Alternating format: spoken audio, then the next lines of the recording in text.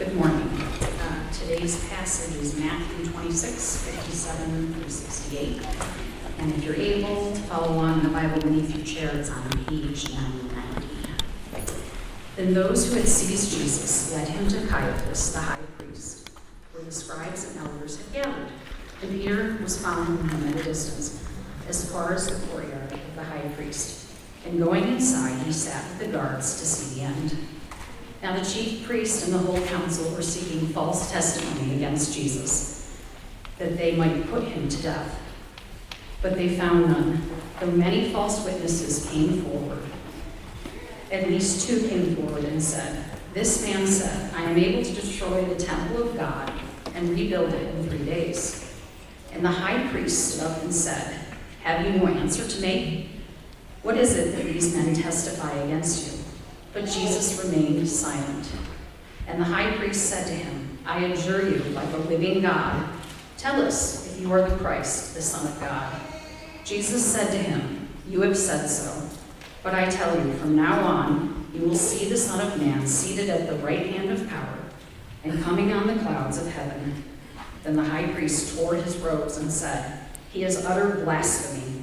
What further witnesses do we need? You have now heard his blasphemy. What is your judgment?" They answered, "He deserves death."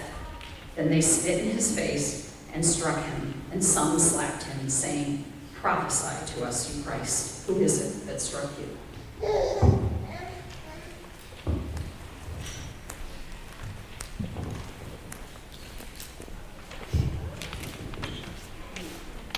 Father, help us to receive this word this morning. And may it be your word, not mine, not man's opinions, but your word.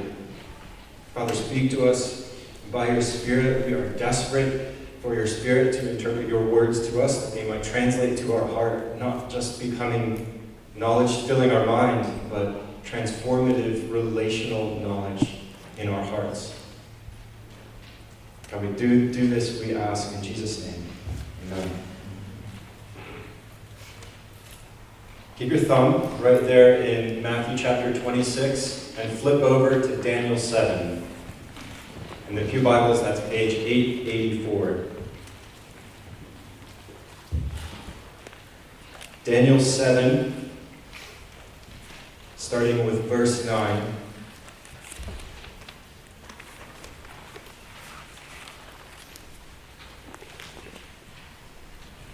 If you can read, here's what it says. Daniel 7, verse 9. "As I looked, thrones were placed, and the Ancient of Days took his seat. His clothing was as white as snow, and the hair of his head like pure wool. His throne was fiery flames, its wheels were burning fire. A stream of fire issued and came out from before him. 1,000 thousands served him, and 10,000 times 10,000 stood before him. The court sat in judgment, and the books were opened." Skip to verse 13. "I saw in the night visions, and behold, with the clouds of heaven there came one like a son of man. He came to the Ancient of Days and was presented before him. And to him was given dominion and glory and a kingdom, that all peoples, nations, and languages should serve him. His dominion is an everlasting dominion which shall not pass away, and his kingdom one that shall not be destroyed." That's Jesus' favorite title for himself, the Son of Man. The title which derives its most significant meaning from this passage right here in Daniel chapter 7. And there we see the scene opening with the Ancient of Days, like this living inferno, Yahweh seated as judge in a court. The chairs were gathered. The court is in session, heaven's court. And then in the middle of that court comes this one like a son of man, victorious, both human and divine. And when he appears, the Father does something astonishing. He gives this one like a son of man, this son, the entirety of his kingdom. He gives this son all authority and all power, and he makes him the judge. Of course, Jesus is the Son of Man, the Son of God, crucified, resurrected, whom the Father has given all authority in heaven and on earth. And this Jesus is the very one who is with us always, even to the end of the age. This Son of Man from Daniel 7. But for those glories to be true, Christ had to endure the cross. And it is in our passage today, in Matthew 26, where that fate is sealed. Today we see the Jewish leaders condemning Jesus to death.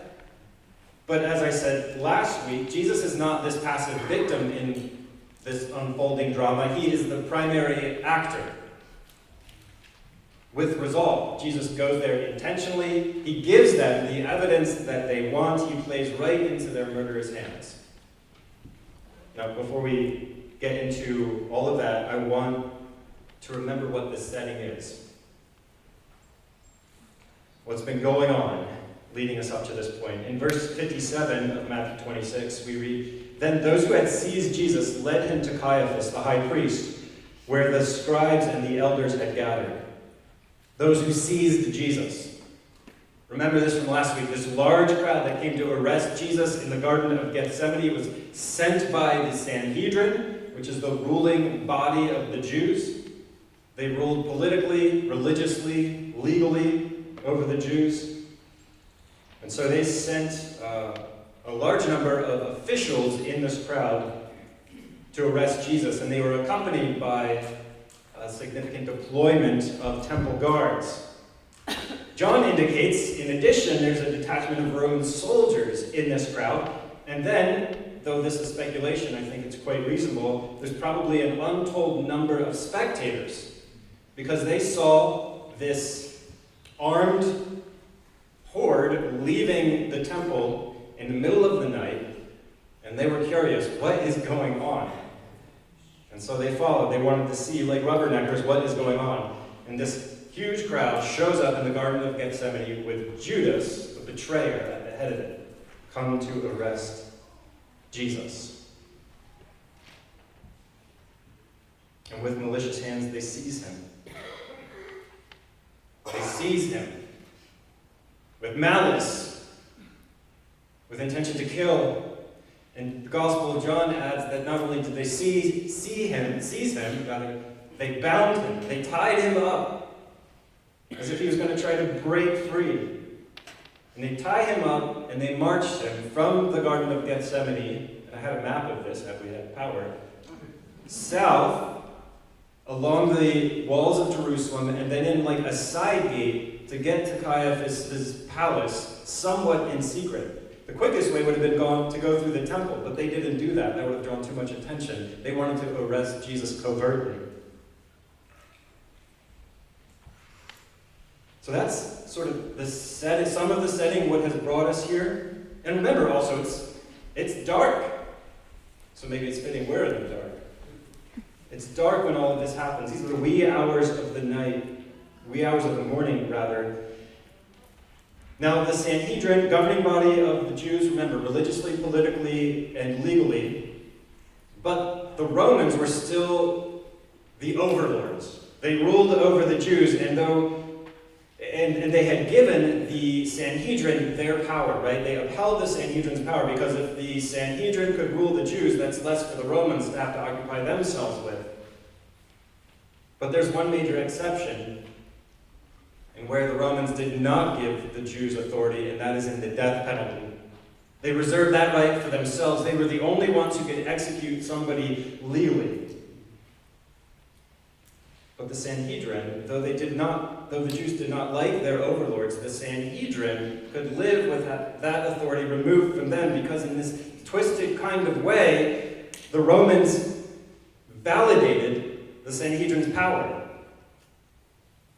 They gave the Sanhedrin the ability to rule, and so they were quite comfortable, the Sanhedrin, with the Roman rule. And the more zealous Jews, like we saw with the Pharisees, they hated that the Sanhedrin was in bed with the Romans. But still, they held power. And let me tell you about how that power works. So, the Sanhedrin would meet 71 members in this assembly. The high priest was the president of the Sanhedrin, and the high priest, as we see named in our passage, is Caiaphas. Technically, it was his father, but we're not going to get into that. Caiaphas is named. All of the official proceedings of the Sanhedrin happened in a place called the Chamber of Hewn Stone, which was in the temple adjacent to the court of Israel. I also wanted to show you that on a map. But it's in the temple. It's where the Sanhedrin met. Their policies required that the Sanhedrin meet and issue judgments during daylight hours. For a quorum, you needed 1/3 of the Sanhedrin present, which is 24 members, if you're doing the math. Okay, that's all very dry information, but I explain it for a reason. I want you to see the injustice that's happening in our passage today. Jesus is taken to Caiaphas' house, not to the chamber of hewn stone. It's dark, right? It's still early morning. It's probably 3 to 4 o'clock. There's no daylight hours. The Sanhedrin has no capacity to render legal judgments. Earlier in the night, around 11 o'clock, while Jesus is still eating that last meal with the disciples in the upper room, Judas had snuck out. And he went right to Caiaphas. And he initiated this secret arrest of Jesus in the middle of the night. So consequently, Caiaphas has to put the word out there immediately, rapidly. Jesus is going to be arrested. And so he sends word to the other members of the Sanhedrin, and they have to come from wherever they are to his house in the middle of the night.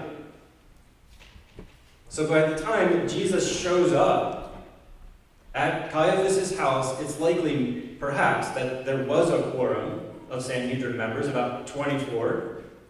But the Gospels give us this picture that throughout the night, as these proceedings continue, as the trial of Jesus goes on, more and more members continue to trickle in.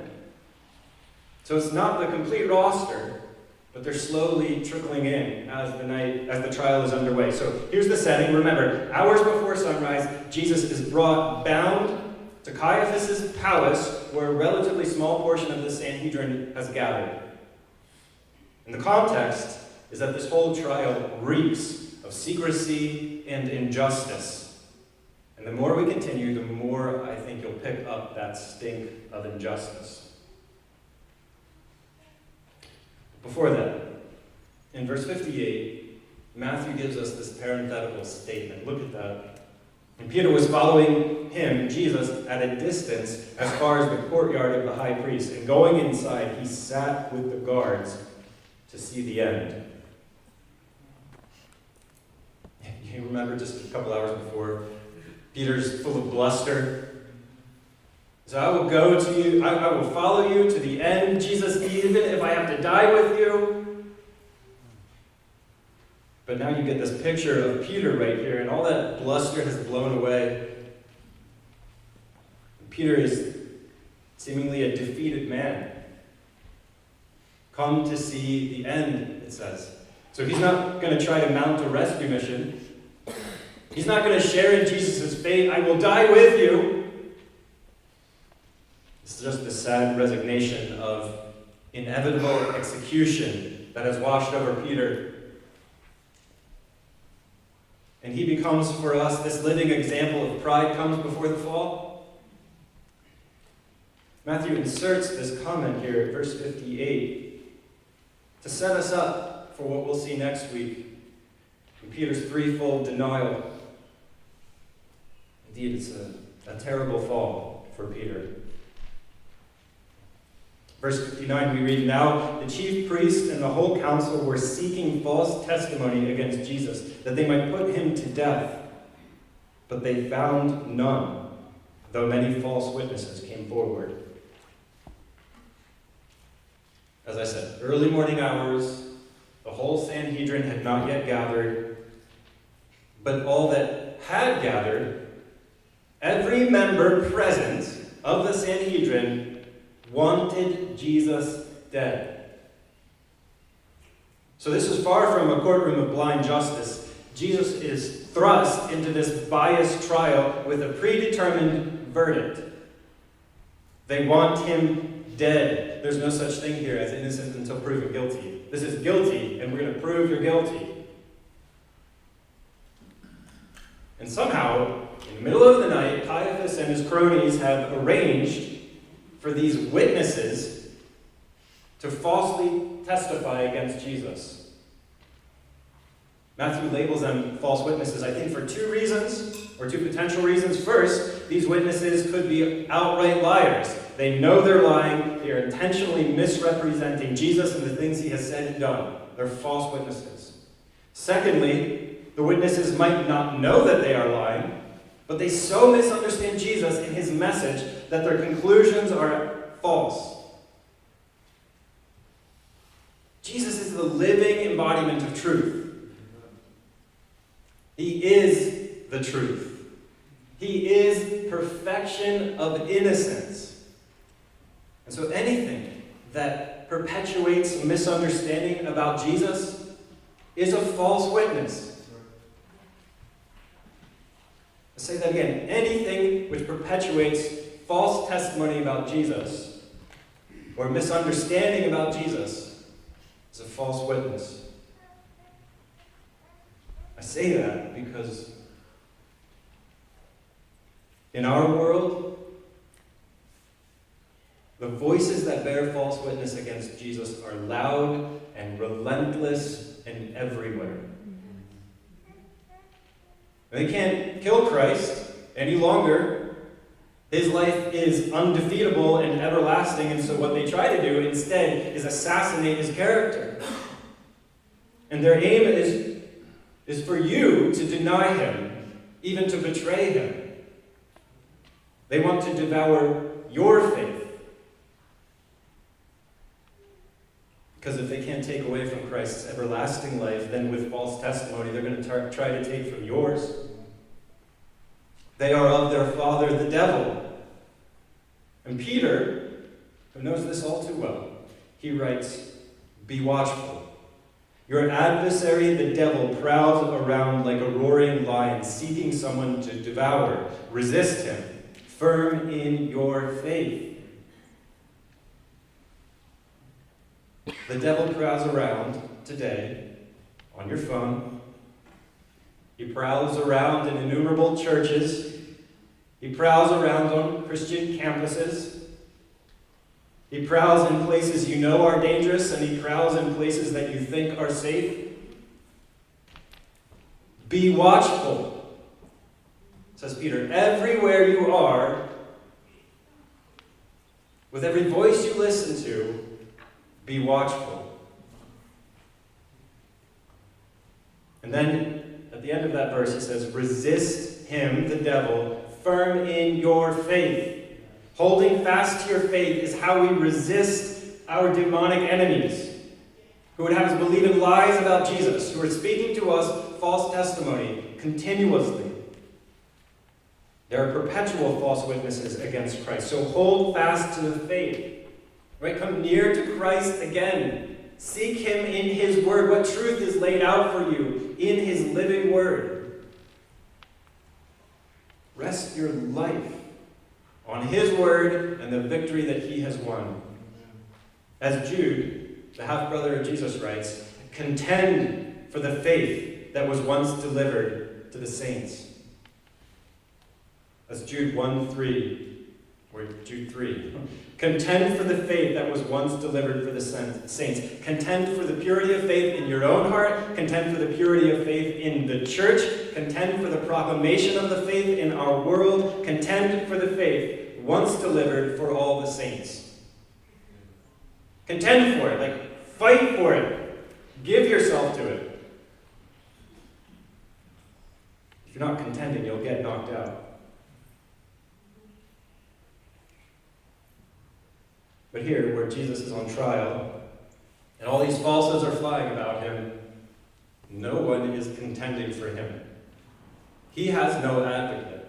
He has no defense attorney. He is alone. It's all prosecution and no defense. But evidently, none of these false witnesses gave Caiaphas what he was looking for, gave the Sanhedrin what they sought. There's not enough evidence to condemn Jesus to death. And they're just saying mean things about him, but it's not enough. Which is funny that in this kangaroo court, they're still attempting these pretenses of legality. Well, not until two witnesses finally came forward. And notice how Matthew does not call them false. They come, though, with a very serious accusation. We find it in verse 60. At last, two came forward and said, "This man said, I am able to destroy the temple of God and to rebuild it in 3 days." Now, we know this. We've been in Matthew a long time now. In the early days of Jesus' ministry, he stood in opposition to the Jewish religious system that had infected the temple.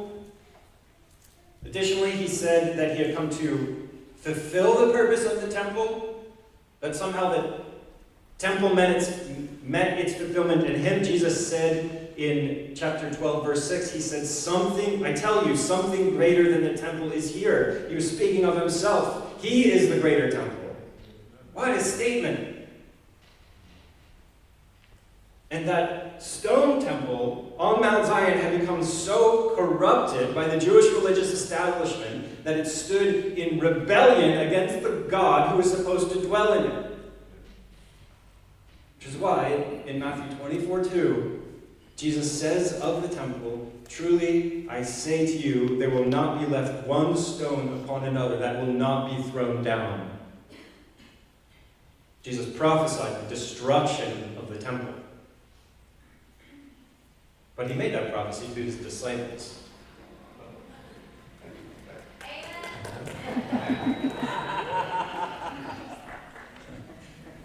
I guess without Pierre here and the clapping, we place going on randomly.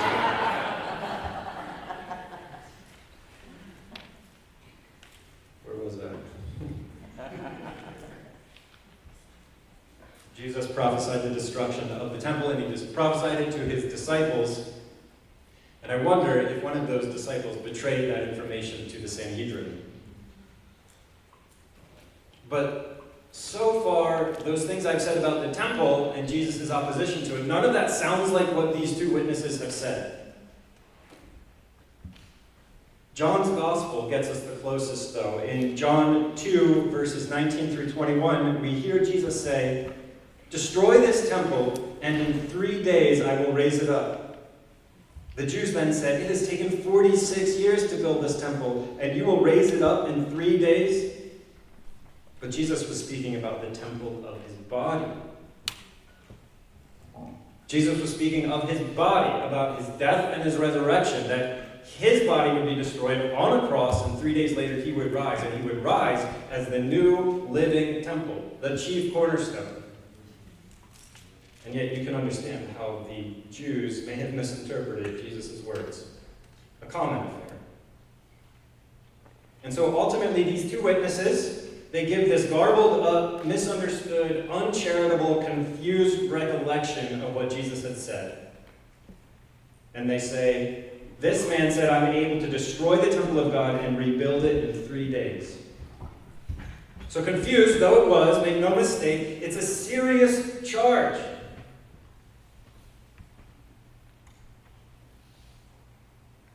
Jesus had said to the religious leaders just a few days earlier, he said this back on Tuesday. It's early Friday morning now. But back on Tuesday he said, "Whoever swears by the temple swears by it and by him who dwells in it." Similarly, the Jews knew this. Whoever demeans the temple, whoever disrespects or disparages the temple, demeans, disparages, disrespects the God who dwells in that temple.